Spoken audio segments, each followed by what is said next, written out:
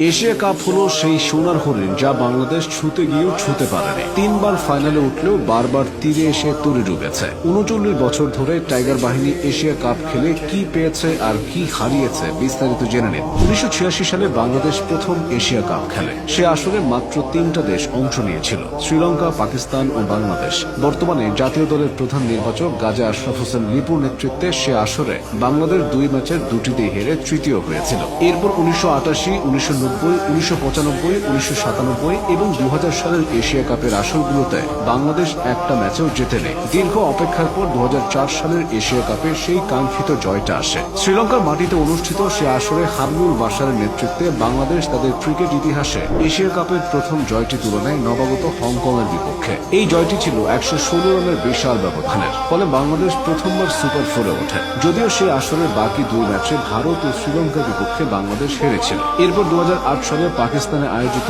Asia কাপে Bangladesh group পর্ব পার করে সুপার ফোরে খেলার সুযোগ পায়, তবে এবারও সেই সুপার ফোরে আটকে থাকতে হয়। এরপর ২০১২ সালে এশিয়া কাপে বাংলাদেশ খোলস ছেড়ে বেরিয়ে আসে। দেশের মাটিতে মুশফিকুর রহিমের নেতৃত্বে খেলতে নামা দলটা বড় সড় চমক তৈরি করে। গ্রুপ পর্বে তারা ভারতকে ৫ উইকেটে হারায়। সেই ম্যাচে শচীন টেন্ডুলকার তার ১০০তম আন্তর্জাতিক সেঞ্চুরি করলেও শেষ পর্যন্ত জয় ছিনিয়ে নেয় বাংলাদেশ। এরপর শ্রীলঙ্কাকে হারানো ছিল আরও এক ঐতিহাসিক মুহূর্ত। এই দুটি ঐতিহাসিক জয় বাংলাদেশকে প্রথমবারের মতো এশিয়া কাপের ফাইনালে নিয়ে যায়। এই টুর্নামেন্টে তামিম ইকবাল টানা ৪টি হাফ সেঞ্চুরি করে রেকর্ড করেন, তবে ফাইনালে পাকিস্তানের বিপক্ষে মাত্র ২ রানের ব্যবধানে হারতে হয়। ২০১৪ সালে আরও একবার দেশের মাটিতে এশিয়া কাপের আসর বসে। আগেরবার ফাইনাল খেলার সুবাদে এবার চ্যাম্পিয়ন হওয়ার প্রত্যাশা ছিল, কিন্তু সব প্রত্যাশা হতাশায় পরিণত হয়। ৪টি ম্যাচের প্রতিটিতেই হেরে বিদায় নিতে হয়। পরে ২০১৬ ও ২০১৮ সালে বাংলাদেশ আরও ২টি এশিয়া কাপের ফাইনাল খেলেছে। ২০১৬ সালের এশিয়া কাপটি ছিল প্রথমবারের মতো টি-২০ ফরম্যাটে আয়োজিত। এই আসরে বাংলাদেশ গ্রুপ পর্বে সংযুক্ত আরব আমিরাত, শ্রীলঙ্কা এবং পাকিস্তানকে হারিয়ে ফাইনালে পৌঁছায়।